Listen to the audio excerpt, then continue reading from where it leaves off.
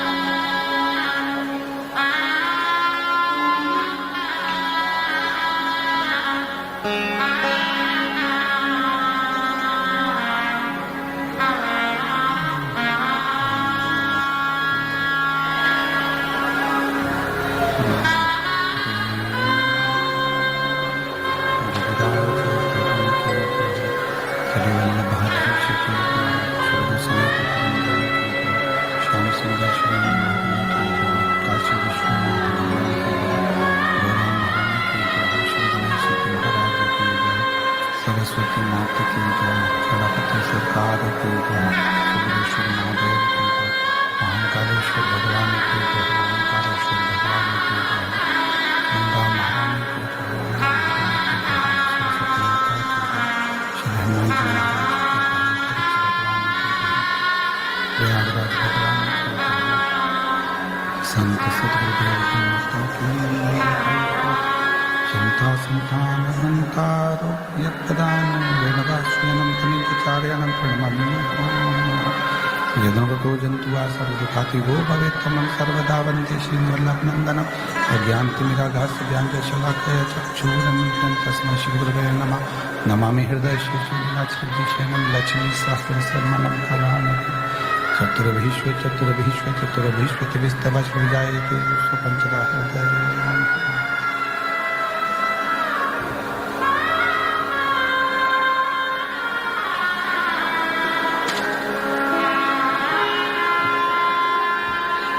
बोलो विश्वनाथ भगवान की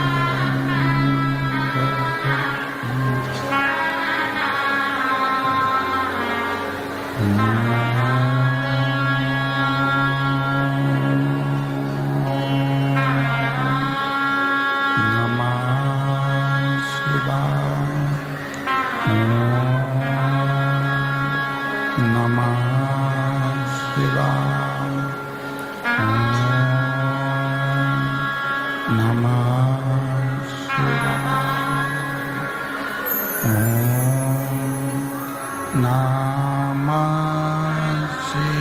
शिवाय,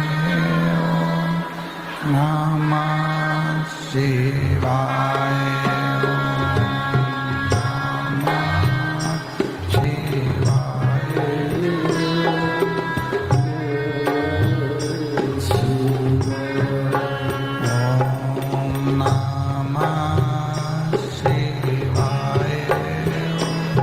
शिवाय,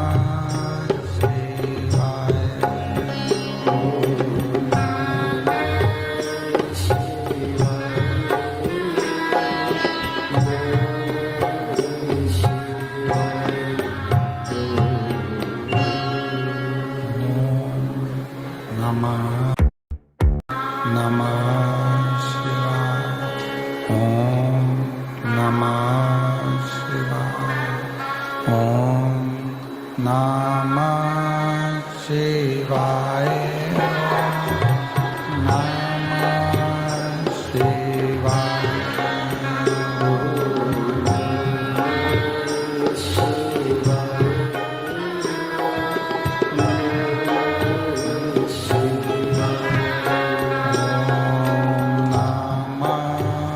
शिवाय, नमः शिवाय,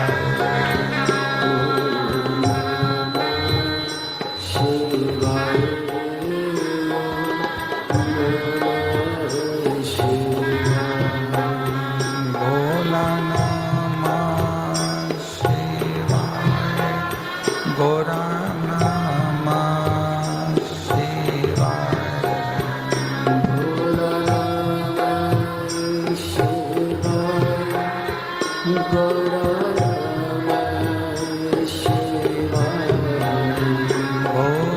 गौरा नमः शिवाय। गौरा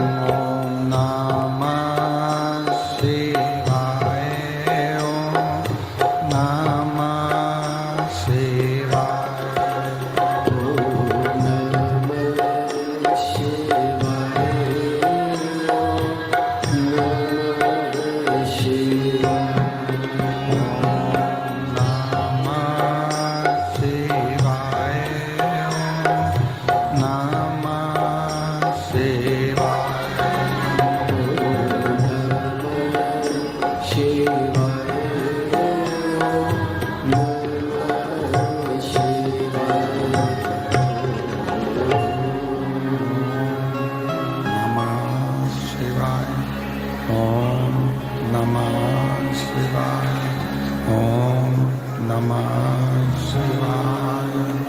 विश्वनाथ भगवान की जय। महाकालेश्वर भगवान की जय। ओमकारेश्वर भगवान की जय। प्रयागराज भगवान की जय। कुबेरेश्वर महादेव की जय। हर हर महादेव। हर हर महादेव। हर हर महादेव। हर काशी।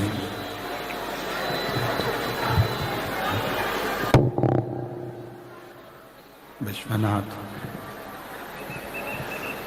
ओगड़दानी त्रिकालदर्शी कैलाशी अविनाशी भगवान शिव, जिनकी पुनित पावन पवित्र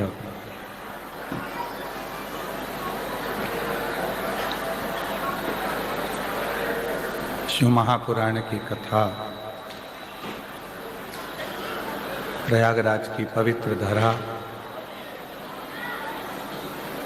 त्रिवेणी का संगम, पवित्र तट, माघ का महीना और ये पवित्र पावन भूमि श्री सतुआ बाबा सेवा शिविर प्रयागराज। इस पवित्र धरा पर बैठकर भगवान की अविरल कथा श्रवण करने का सौभाग्य प्राप्त हुआ है। कथा मंडप में विराजमान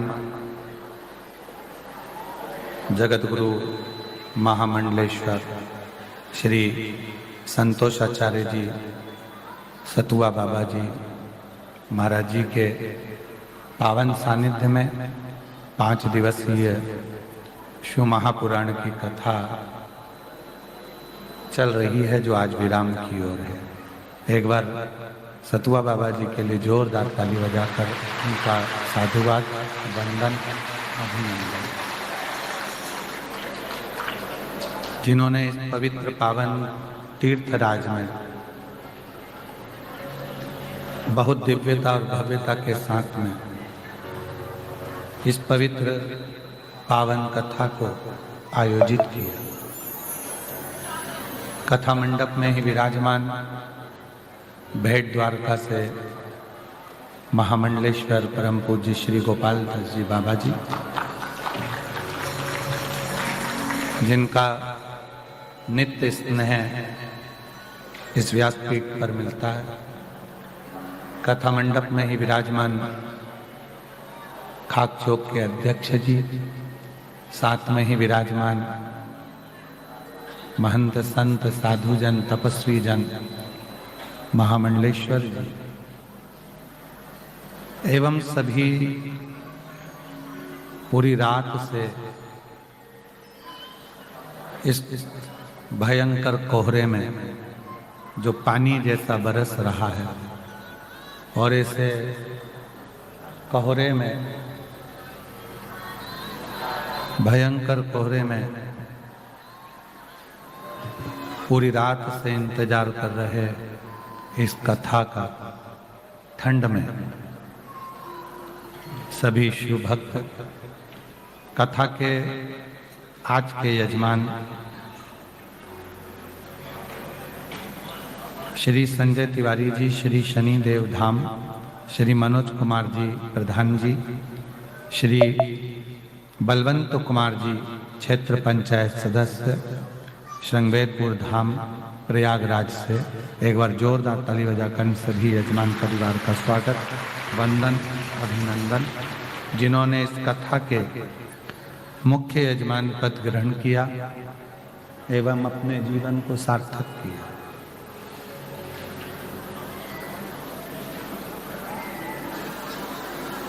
ठंड बहुत तेज है,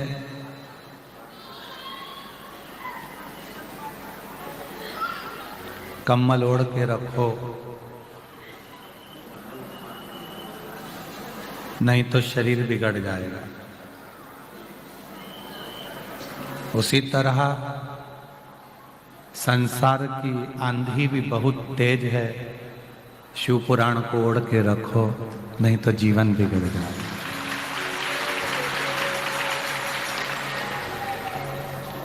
इस जीवन को सुधारने के लिए, इस जीवन को सार्थक बनाने के लिए शिव महापुराण का होना जरूरी है।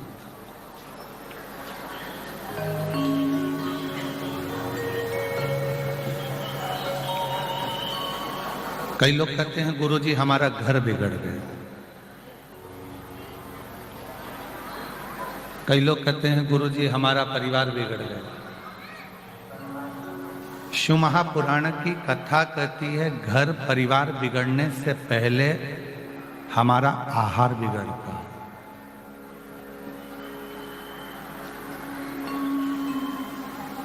सबसे पहले बिगड़ता है तो हमारा आहार, सबसे पहले बिगड़ता है तो हमारा भोजन। हम सही आहार ग्रहण नहीं कर पाते और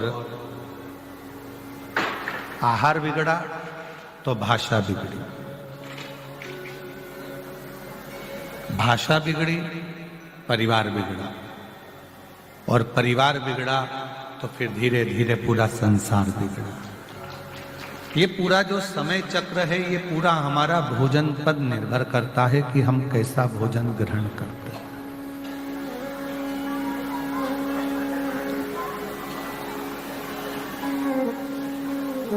क्या आप लोगों के पास में पैसे की कमी है कि आप होटल का भोजन नहीं कर सकते? क्या आप खरीद कर भोजन नहीं कर सकते?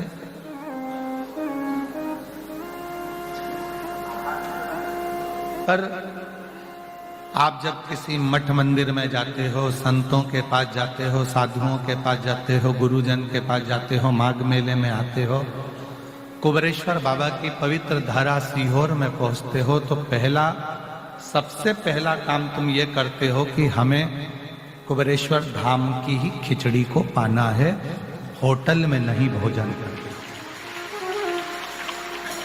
माघ मेले में आते हो तो आप सबसे पहले ये विचार करते हो कि हमें माघ मेले में संतों के दरवाजे से भिक्षावृत्ति कर कर मांग कर थोड़ा सा भोजन करना है। हम मठ मंदिर में जाते हैं तो ये प्रयास करते हैं कि थोड़ा सा भोजन, थोड़ा सा प्रसाद हमें वहां से मिल जाए, थोड़ा सा।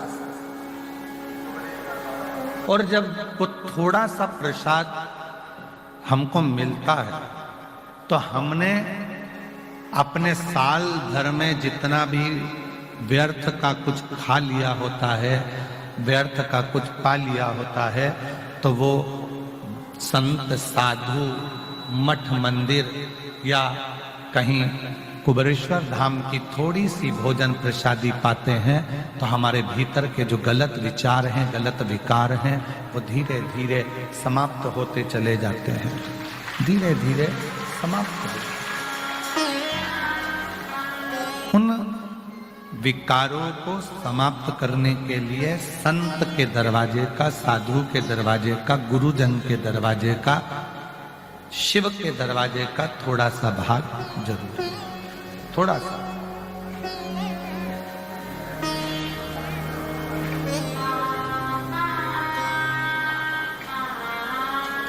और वो थोड़ा सा अंश मात्र भोजन, वो थोड़ा सा अंश मात्र भोजन हमारे जीवन में सुख प्रदान करता है, थोड़ा सा।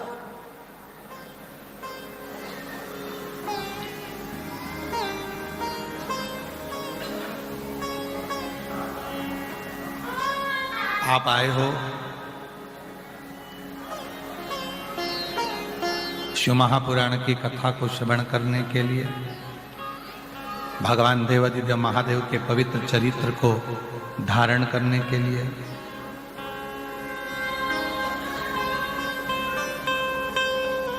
और दुनिया के लोगों को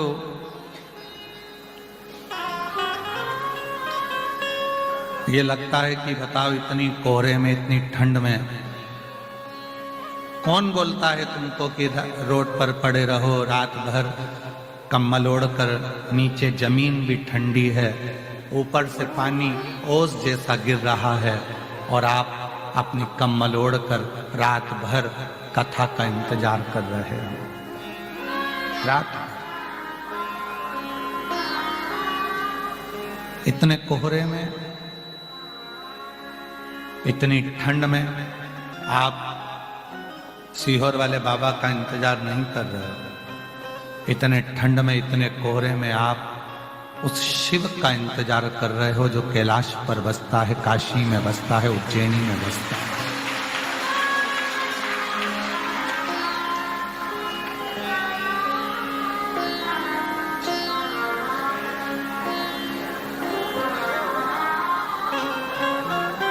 शायद बाबा जी, शायद पूरी दुनिया में ऐसे शिव भक्त शायद ही मिलेंगे जो पूरी रात से कांपती हुई ठंड में बाबा का इंतजार करते हो, भोलेनाथ जी का इंतजार। शायद पूरी दुनिया में, और पूरी दुनिया की बात कर रहा हूं, पूरी दुनिया में ऐसे श्रोता, ऐसे शंकर के भक्त शायद मिलेंगे जो रोड पर, नाली के किनारे, गटर के किनारे, रोड पर अपना एक पतली सी पन्नी बिछाकर, शाल ओढ़कर, कम्बल ओढ़कर रात भर से इंतजार कर रहे हैं और कोहरा पड़ते जा रहा है रात। शायद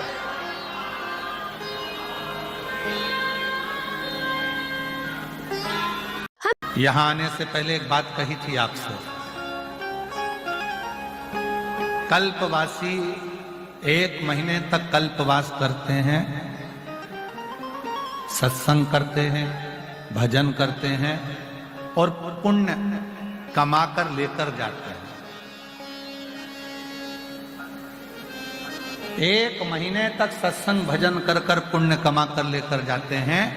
यहां आने से पहले कहा था कल्पवासी 1 महीने तक भजन तप कल्पवास करते हैं और आपको और हमको केवल 5 दिन कल्पवास करने का मौका मिला है और वो कल्पवास से हम भी पुण्य कमा कर लेकर जाए, हम भी पुण्य लेकर।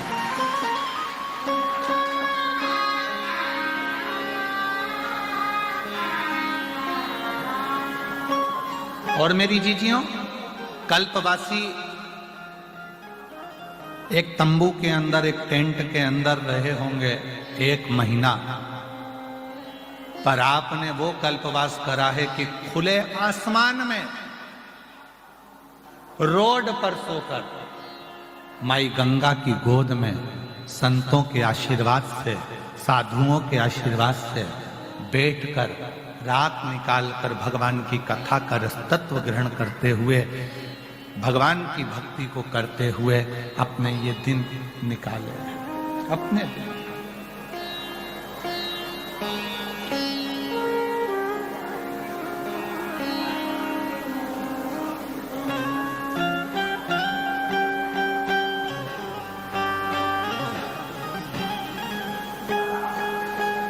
उसका इंतजार आपने करा है, तो वो देव अधिदेव महादेव भी आपको ज्यादा इंतजार नहीं कराने देगा। आपकी खुशियां आपकी झोली में जरूर।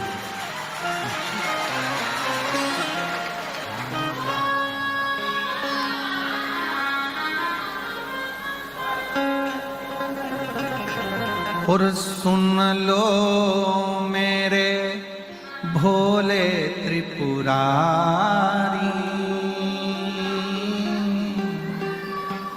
हे मेरे शंभु, हे मेरे त्रिकालदर्शी, हे मेरे कैलाशी, हे मेरे अविनाशी, हे मेरे शंकर, हे मेरे शिव, हे मेरे ओघड़दानी, हे मेरे शंभु, हे मेरे शंकर। या आपकी कृपा से कुछ हमें जो श्वास मिली है, वो श्वास आज कृतार्थ हो गई, जो हमने गंगा जी के तट पर, त्रिवेणी के तट पर बैठकर, त्रिवेणी के घाट पर बैठकर ये पवित्र कथा का रसतत्व ग्रहण किया।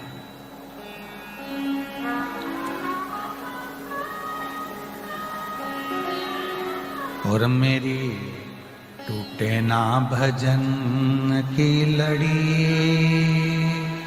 भोले जी मैं तो कब से खड़ी, मेरी टूटे ना भजन की लड़ी, भोले जी मैं तो कब से खड़ी। बाबा तेरे दरवाजे पर मैं कितनी देर से प्रतीक्षा कर रही हूँ, कब से इंतजार कर रही हूँ, कब से बाट जो रही हूँ, कब से इंतजार कर रही हूँ। तेरी कृपा, तेरी करुणा, तेरी दया जरूर होगी, ये निश्चित है और होगी। जब माता अंजना जी के गर्भ से संतान नहीं हुई, सालों निकल गए, माता अंजना जी के गर्भ से संतान उत्पन्न नहीं, दुखी हो गए, कहां जाऊं,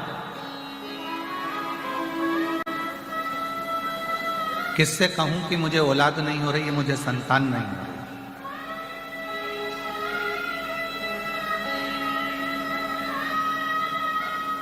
किससे जाकर मैं निवेदन करूं कि मेरे घर में संतान का सुख नहीं।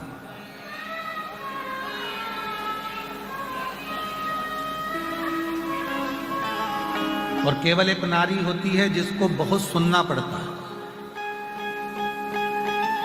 संतान नहीं होती है तो लोग पुरुष को नहीं कहते हैं कि तुम्हारी औलाद नहीं हो रही है। संतान नहीं होती है तो लोग स्त्री को कहते हैं कि ये इसको औलाद नहीं हो रही है, संतान नहीं हो रही है, ये गर्भ से नहीं है, इसकी औलाद नहीं हो रही है, संतान नहीं हो रही है। अपशब्द भी अगर कहे जाते हैं तो केवल स्त्री को कहे जाते हैं।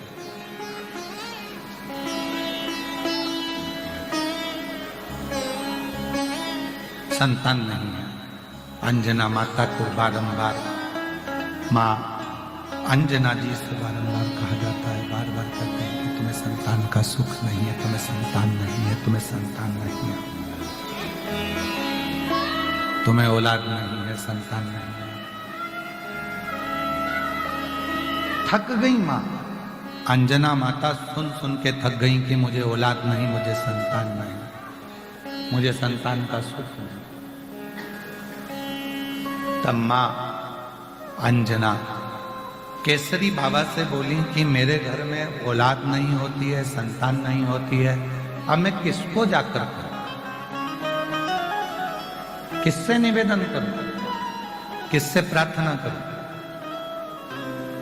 तो केसरी बाबा ने कहा, एक बेटी अगर अपना दुखड़ा किसी से कह सकती है तो वो अपने बाप से कह सकती है, अपने पिता से कह सकती है।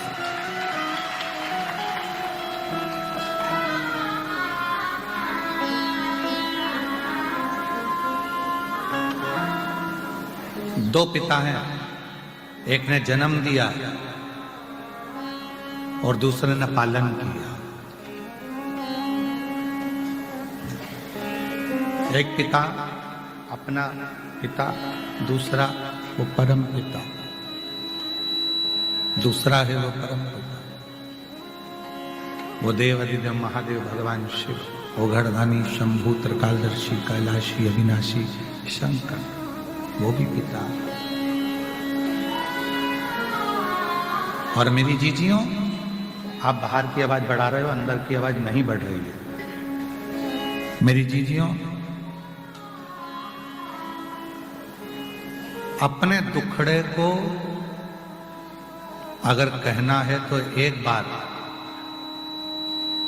अपने पिता देवाधिदेव महादेव से जाकर, राधे तुम आके सुनो यहाँ बक्सों के पास, देवाधिदेव महादेव के पास, भगवान शिव के पास, भगवान शंकर के पास, भगवान शिव के पास जाकर, भगवान शंकर के पास जाकर अपने दुखड़े को जरूर कहना चाहिए। भगवान शिव से अपना दुखड़ा जरूर सुनाना चाहिए, जरूर।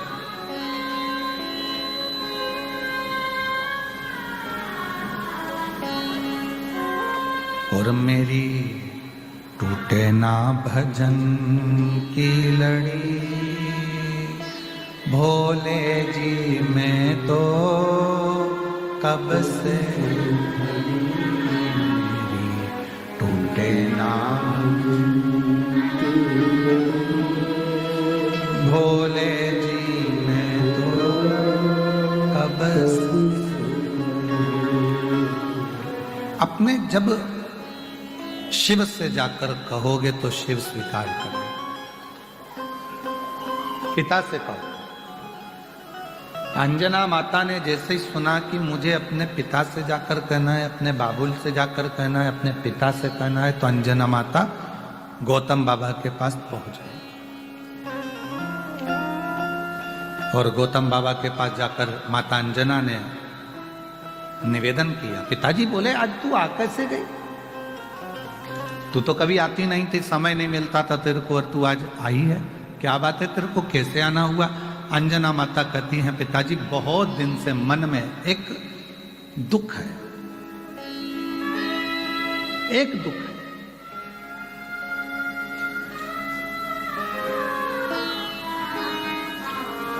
पिता जान गए। पिताजी ने कहा, तू अपने मुख से मत कह कि तेरे को क्या दुख है। जब तू आई ना, मैं समझ गया हूं तेरा दुख क्या है। तेरी गोदी में लाल नहीं है, संतान नहीं है, यही दुख है ना। पिता परमात्मा दोनों एक ऐसे होते हैं जो बेटी का चेहरा देखकर पहचान जाते हैं कि इसको तकलीफ क्या चल रही है, इसको दुख क्या चल रहा है, इसको कष्ट क्या है, इसको तकलीफ क्या है।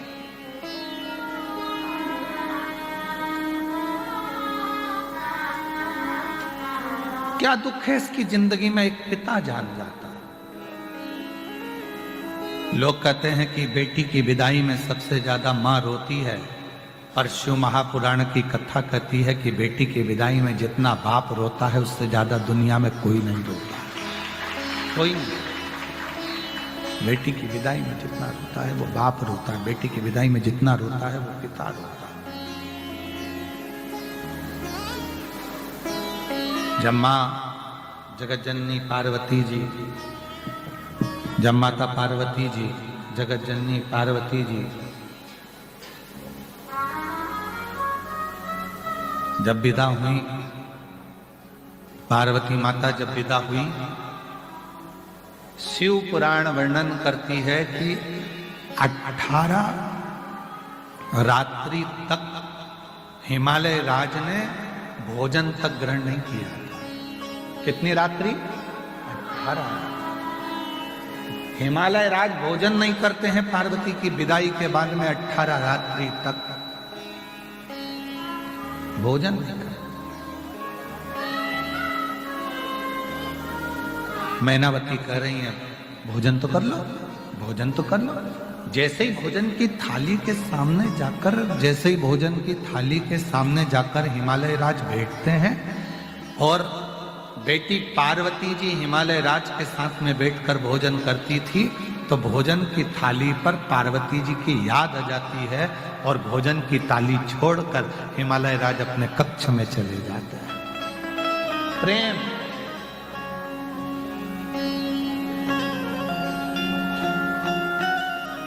स्नेह, वात्सल्यता, करुणता चलेगा। 18 रात्रि निकल गई, हिमालय राज ने भोजन नहीं किया।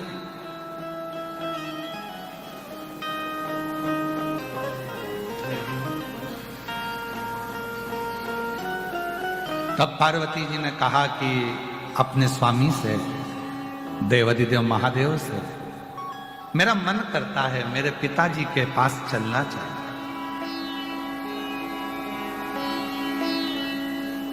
मेरे पिता के घर चलना चाहिए। जिन्होंने कन्यादान करा है उस पिता की देहली सूनी हो गई होगी। शिव जी कहने लगे चलो मैं तुमको तुम्हारे पिता से मिला कर लाता हूं। ले गए और ससुराल का सुख जो मिलना शंकर जी को प्रारंभ हुआ, 1 महीना नहीं हिले। शंकर जी ससुराल में इतना माल पाए, 1 महीना। दुनिया के लोग कहते हैं सावन का महीना काय का होता है, तो कहा शिव जी की आराधना का। तो सबसे पहले शंकर जी की आराधना सावन के महीने में किसने करी थी? तो कहा पार्वती जी ने करी थी। पार्वती ने करी वो ठीक है, पर उसके बाद फिर किसने करी? तो कहा उनकी सासू जी मैनावती ने 1 महीने तक अपने दामाद की जो सेवा करना प्रारंभ करी, तो देवाधिदेव महादेव ने वरदान पर वरदान देना प्रारंभ, वरदान पर वरदान देना प्रारंभ, खूब वरदान दिया, खूब। 1 महीने तक मेरे देवाधिदेव महादेव की सेवा मां जगतजननी, मां जगदम्बा, माता पार्वती जी की माता स्वयं मैनावती ने सेवा करना प्रारंभ, खूब सेवा, खूब। शिव जी ने वर दे दिया, जाते जाते अपनी अर्धांगिनी मां पार्वती जी को ले जाते समय, पार्वती जी को ले जाते वर दे दिया, सासू मां, ससुर जी 1 महीने तुमने मेरी सेवा करी है, जो श्रावण के 1 महीने मेरी सेवा करेगा, जैसा मैंने आपको वर दिया है वैसा कि वैसा ही वर मैं सारे संसार वासियों को प्रदान कर। 1 महीने तक बाबा देवाधिदेव महादेव की सेवा मां पार्वती, मां जगतजननी की जगदम्बा अम्बा पार्वती जी की माता मां मैनावती ने करी। 1 महीने खूब करी और इतनी सेवा करी, इतनी सेवा करी, इतनी सेवा करी कि वो सेवा का फल इतना प्रखर हो गया कि बाबा भोलेनाथ जी ने वचन दे दिया कि 1 महीने तक यही सेवा में नित्य, 1 महीने तक यही सेवा में रोज, 1 महीने तक यही सेवा मैं स्वीकार करूंगा और उसका फल मैं जगत के लोगों को प्रदान करूंगा। बेटी का मुख देखकर पिता सुखी हो जाता। जब 18 रात्रि तक बेटी के ना होने पर भोजन नहीं किया, तब स्वयं भगवान देवाधिदेव महादेव, भगवान शंकर स्वयं पार्वती को लेकर पहुंच गए। आज गौतम बाबा के यहां मां अंजना जी खड़ी है। बेटी तू कुछ मत बोल, मुझे मालूम है तुझे क्या चाहिए, मैं जानता हूं। मां, मां, पिता बेटी की दशा को जानते हैं, इसलिए आप लोगों से निवेदन है कि शिव जी को अपना पिता मानना। क्या मानना है? पिता। जिस दिन तुमने देवाधिदेव महादेव को अपना पिता मान लिया, अपना बाप मान लिया, जिस दिन शंकर भगवान को अपना पिता मान लिया, उस दिन शंकर भगवान अपनी बेटी को जिंदगी में कभी दुखी नहीं देख सकते, दुखी नहीं देख सकते।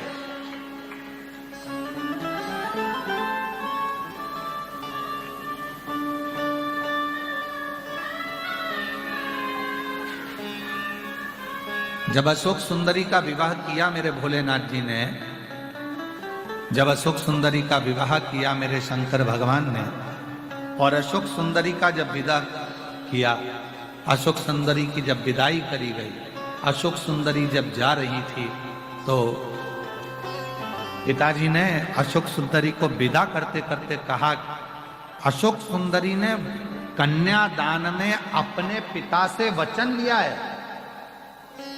पाणी ग्रहण संस्कार करते समय, पाणी ग्रहण संस्कार मतलब पानी, जब कन्यादान होता है तो पिता,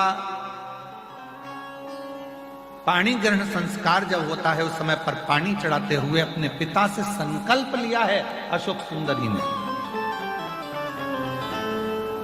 अशोक सुंदरी ने संकल्प लिया, और अशोक सुंदरी ने संकल्प लिया कि पिताजी, संसार की कोई भी बेटी भूल से भी अगर आपके मंदिर में जल चढ़ाना प्रारंभ कर दे, उसको आप बेटी स्वीकार कर कर उसके दुख को मिटाना प्रारंभ कर देना। ये अशोक सुंदरी ने वर मांगा, ये अशोक सुंदरी ने वर मांगा शिव जी से।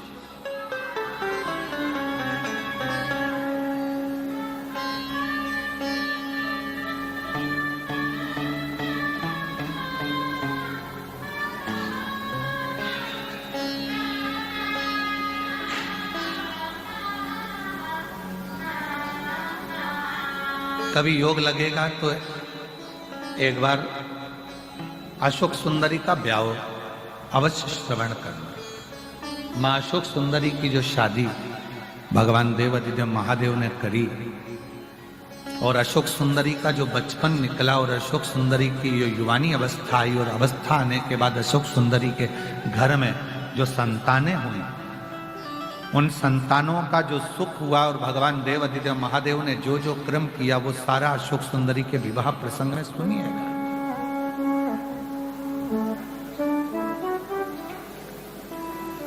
उसको धारण करिएगा। पिता मानना, शिव जी को अपना पिता मानना, और जब भगवान शंकर को आप अपना पिता मान लोगे, तो तुम्हारी जिंदगी का जितना दुख है, तुम्हारी जिंदगी की जितनी तकलीफ है, तुम्हारी जिंदगी के जितनी भी कष्ट है, वो तुम्हारे नहीं रहेंगे, वो देवाधिदेव महादेव के हो जाएंगे, शिव के। तुम्हारा कुछ नहीं रहना।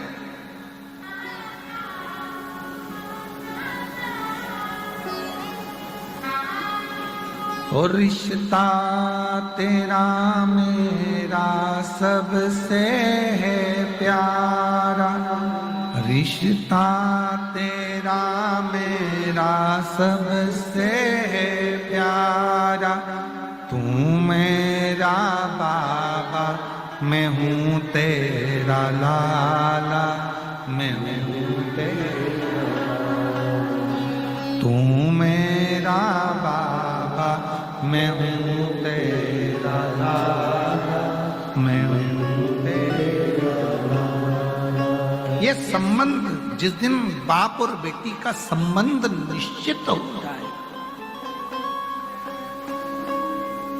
आप शिव को जिस दिन अपना पिता मानना प्रारंभ कर देंगे, शंकर भगवान को जिस दिन आप पिता मानना प्रारंभ कर देंगे, उस दिन सारा दुख, सारी तकलीफ, सारा कष्ट, सारी बीमारी, सब तकलीफें शिव की हो जाए, शंकर की हो जाए।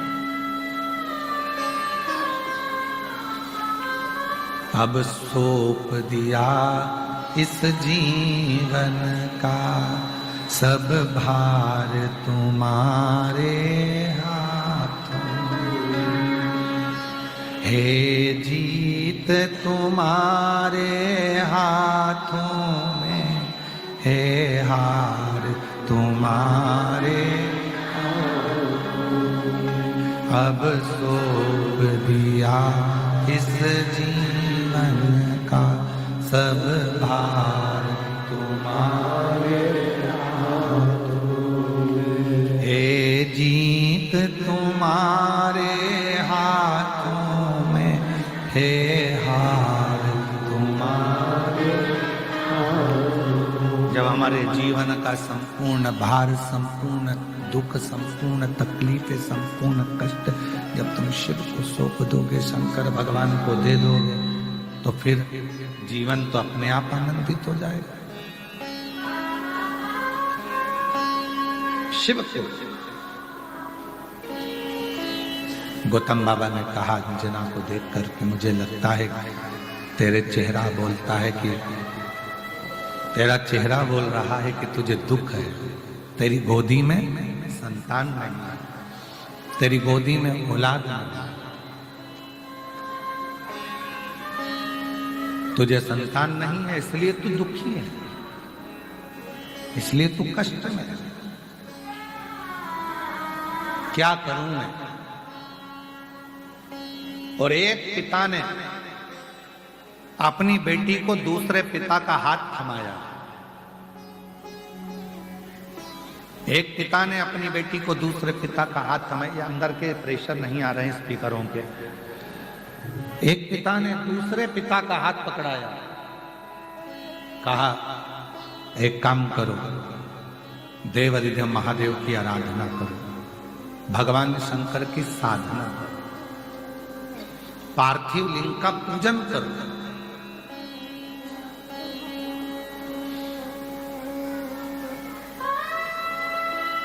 लोग कहते हैं गुरुजी पार्थिव पूजन का महत्व क्या केवल कलिकाल में है? नहीं, सतयुग में भी पार्थिव का पूजन होता था। मां पार्वती जी ने पार्थिव लिंग का पूजन करा, मां सती ने पार्थिव लिंग का पूजन करा।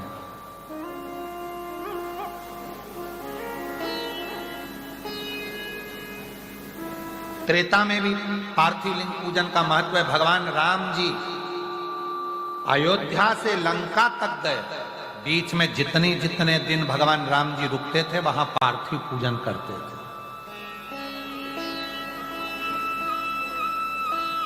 और द्वापर में भगवान कृष्ण पार्थिव पूजन करते थे।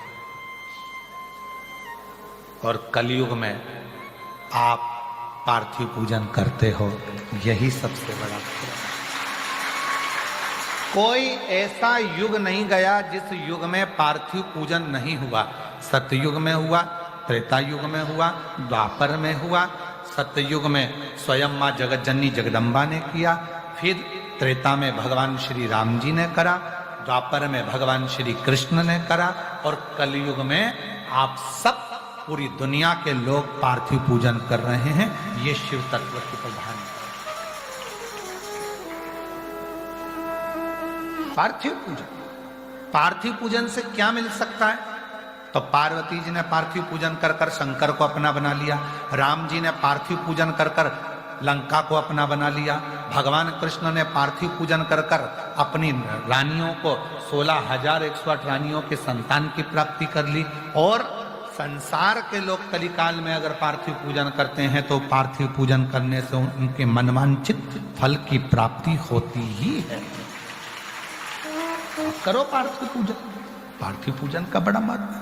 पार्थिव पूजन करने वाला, इसलिए आप लोगों से कहा था अलग से कहीं मिट्टी लेने जाने की जरूरत नहीं है, अलग से कहीं जाने की जरूरत नहीं है। अपने घर में छोटा सा अगर कोई पौधा है, उस पौधे की मिट्टी को थोड़ा सा ऊपर कर लो, थोड़ा सा हाथ को गीला कर कर चारों तरफ से हाथ फेर कर जलाधारी बना दो, उसी मिट्टी की, उसी पार्थिव लिंग की पूजन कर लो, और वहीं पर एक लोटा भरकर पानी डालकर उसी लिंग का वहीं पर विसर्जन कर दो, हो गई पार्थिव पूजन। इतनी सरल, पार्थिव पूजन से बढ़कर और क्या होगा? इतनी सरल, इतनी सरल, बस वो पार्थिव पूजन वहीं की वहीं हो जाए। पार्थिव पूजन बहुत कठिन पूजन नहीं है। पार्थिव पूजन बड़ी सरलता के साथ, सहजता के साथ। अब कई लोग कहते हैं गुरुजी हमारे पास कोई सामग्री नहीं हो तो मत होने दो। ना हो कोई बात नहीं, नहीं है कोई बात नहीं।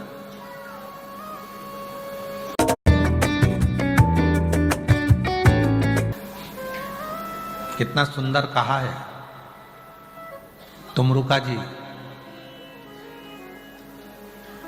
चंचुला देवी को शिव महापुराण की कथा सुनाते हुए कहते हैं, सुनो चंचुला, संसार की कोई स्त्री, संसार की कोई कन्या संसार की, कोई महिला संसार का कोई पुरुष, संसार की कोई नारी कोई पुरुष। पार्थिव देवी से तुम रुका जी करे चंचुला देवी।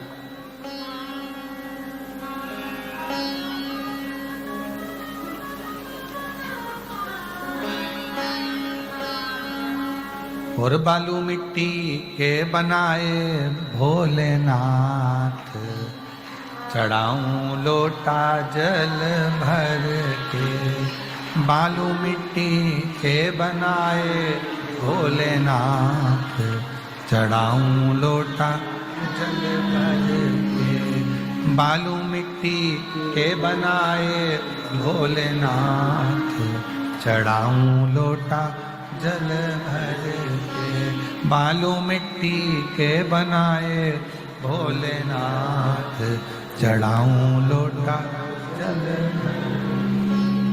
एक वर तुम देना भोले, मांग सिंदूरा भरा हो। एक वर तुम देना भोले, मांग सिंदूरा भरा हो। मेरे हाथों चूड़ी खन के आज, चढ़ाऊं लोटा जल भर के। मेरे हाथों चूड़ी खन के आज, चढ़ाऊं लोटा जल। बालू मिट्टी के बनाए भोलेनाथ, चढ़ाऊं लोटा जल भर के। बालू मिट्टी के बनाए भोलेनाथ, चढ़ाऊं लोटा जल। बस ऐसा वर देना, एक वर तुम देना भोले को दी हो लाल। एक वर तुम देना भोले गोदी हो लाल। मेरी गोदी में मेरा लाल हो।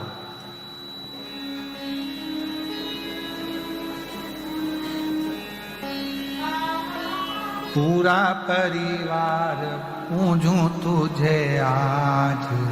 हे बाबा ऐसी कृपा करना, पूरा परिवार पूरा कुटुंब तेरी आराधना, तेरी साधना, तेरी पूजन करे, सब परिवार।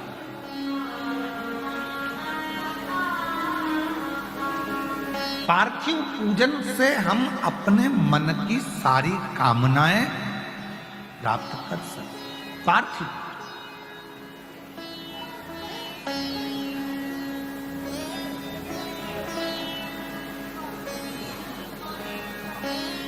एक एकांतेश्वर महादेव होते हैं, कथा सुनिए ना उनकी, जम के बोलो जरा, सुनिए ना।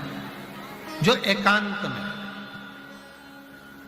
कभी तुम गाड़ी से जा रहे हो, 4 व्हीलर गाड़ी से, 2 व्हीलर गाड़ी से जा रहे हो और लंबा रास्ता है, कहीं जा रहे हो और बीच में अगर कहीं तुमको एकांत में पेड़ की छांव हो, नहीं हो, कहीं बाहर एक चौकोर ओटला बना है, शंकर का शिवलिंग रखा है और वहां शिव जी बैठे हैं अकेले, कोई नहीं, खेत में, बावड़ी में, कहीं सरोवर के नद पर, नदी के तट पर, कहीं कुएं के पास में, कहीं बावड़ी के पास में, कहीं वृक्ष की छांव में, कहीं खुले मैदान में, कहीं रोड के किनारे,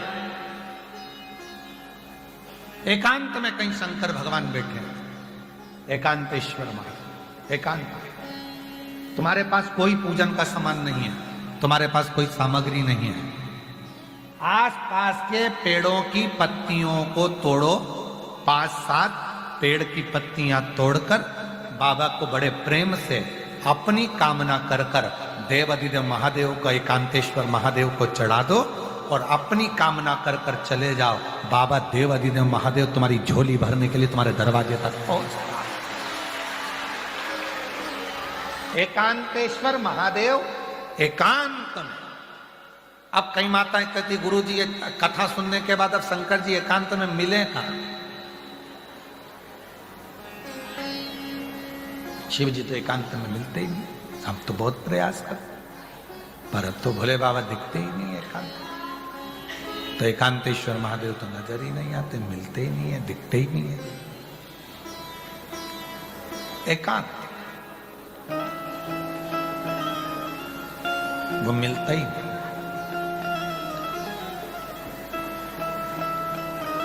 और ऐसा होता नहीं है कि एकांत में शिव जी मिले ना। जिस भक्त की भगवान मुराद पूरी करने वाले होते हैं तो उस भक्त के लिए चलते चलते उसको एकांत में शंकर मिल ही जाते हैं। एकांतेश्वर महादेव उसको मिलते ही हैं। एक पत्र है, अच्छा है, अच्छा पत्र